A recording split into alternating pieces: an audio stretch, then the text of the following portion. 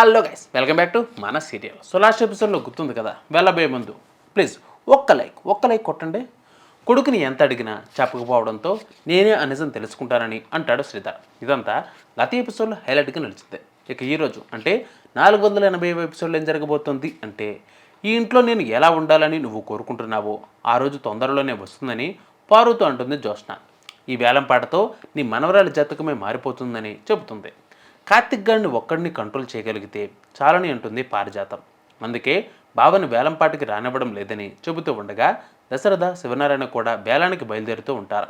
ఇంతలో కార్తిక్ దీపాలు రావడంతో పారిజాతం జ్యోత్స్నలో షాక్ అవుతారు. ఇక్కడ గెలిచిన వాళ్ళకంటే గెలవాలని ప్రయత్నించిన వాళ్ళకే శత్రువులు ఎక్కువని సుమిత్రతో అంటుంది జ్యోత్స్న. నీ ఆశీర్వాదం ఉంటే ఎలాంటి శత్రువునైనా ఎదిరించి పోరాడతానని నన్ను ఆశీర్వదించమని బ్లెస్సింగ్స్ తీసుకుంటుంది జ్యోత్స్న. మీ మరదలే హడావిడి ఎక్కువైందని కార్తిక్తో సెటర్లు వేస్తుంది దీప. కార్తిక్తో వేలంపాటుకు వెళ్దామని శివనారాయణ చెబుతాడు. డ్రైవర్ అక్కర్లేదని కారు నేను డ్రైవ్ చేస్తానని చెబుతుంది జ్యోత్స్న. కారు నువ్వే డ్రైవ్ చేయి, కానీ కార్తిక్ మనతో పాటే వస్తాడని, అనుభవం ఉన్నవాళ్ళు మనతో ఉంటే మంచిదని చెబుతాడు శివనారాయణ దశరథ. ఇది కోట్లలో జరిగే బిజినెస్.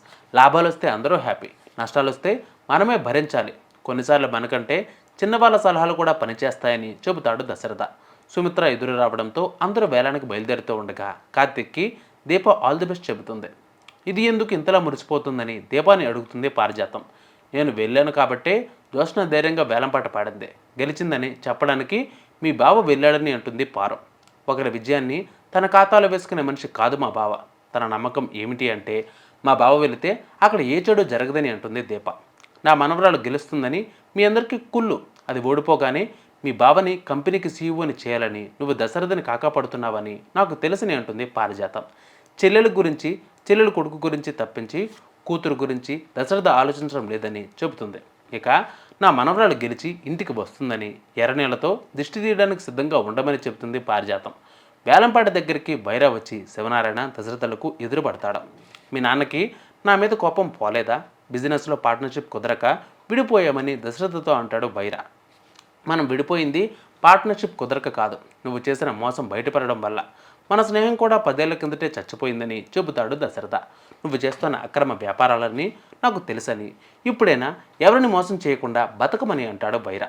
నా ఓటమిని చూడాలనే కదా నువ్వు వేలానికి వచ్చింది అని కార్తిక్ని అడుగుతుంది జ్యోత్స్న. గెలవడం ఇంపార్టెంట్ కాదు, ఆ ప్రాపర్టీని ఎంతకు కొంటున్నామన్నది ఇంపార్టెంట్ అని చెబుతాడు కార్తిక్. దాని అంతు కూడా చూద్దామని కార్తిక్ జ్యోత్స్నలు లోపలికి వెళ్తూ ఉండగా బైరా ఎదురై ఆమెను పిలుస్తాడు. నేను మీ నాన్నగారి ఫ్రెండ్నని పరిచయం చేసుకుంటాడు.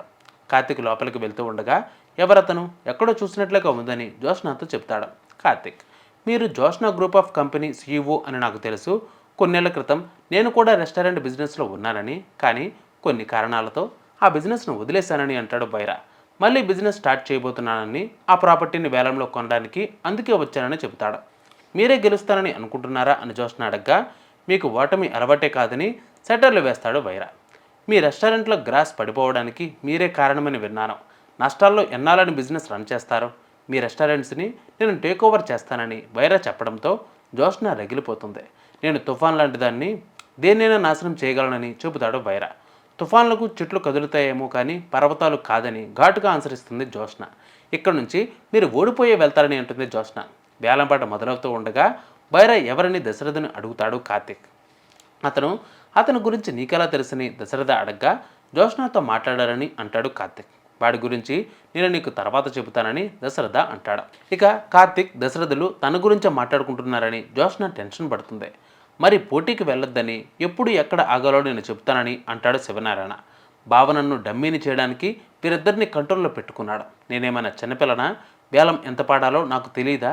వీళ్ళని చూస్తుంటే ఆ వైరాగాడి ముందు తలదించుకునే పరిస్థితి తీసుకువచ్చేలా ఉన్నారని అనుకుంటుంది జ్యోత్స్న. వీళ్ళు ఎక్కడే ఉంటే నన్ను వేలం పాడనివ్వరని, వీళ్ళని పంపించేయాలని ప్లాన్ చేస్తుంది. వేలం మొదలవడానికి ముందు దశరథకు ఫోన్ చేస్తుంది. మన రెస్టారెంట్ మీద ఫుడ్ సేఫ్టీ వాళ్ళు రైడ్ చేశారని, అక్కడి నుంచి వెళ్ళిపోదామని శివనారాయణను తీసుకుని వెళ్ళిపోతాడు దశరథ. వెళ్తూ వెళ్తూ బైరాను కోపంగా చూస్తాడు దశరథ. కార్తిక్ను కూడా తమతో పాటే వచ్చేయమని శివనారాయణ అంటాడు. నేను ఇక్కడే ఉంటానని, మీరు వెళ్ళనని చెప్తాడు కార్తిక్. ఇప్పుడున్న టెన్షన్లో వీడు డ్రైవింగ్ చేయలేడని, వీడికి కూడా రాదని, నన్ను తీసుకువెళ్లాల్సిందే నువ్వేనని చెబుతాడు శివనారాయణ. నా స్ట్రాటజీ మార్చావని అనుకున్న దానికోసం ఎంత దూరమైనా వెళ్తానని అనుకుంటుంది జ్యోత్స్న. సుమిత్రకు కాఫీ తీసుకుని వస్తుంది దీప. చాలా రోజుల తర్వాత నాకు చాలా ఆనందంగా ఉందని, సాంబార్ పెడితే హాయిగా తినాలని ఉందని చెబుతుంది సుమిత్ర. నువ్వు టిఫిన్ చేసావా అని సుమిత్ర అడగ్గా చేశానని అంటుంది దీప. నిజం చెబుతున్నావా అబద్ధం చెబుతున్నావా అని సుమిత్ర అడుగుతుంది.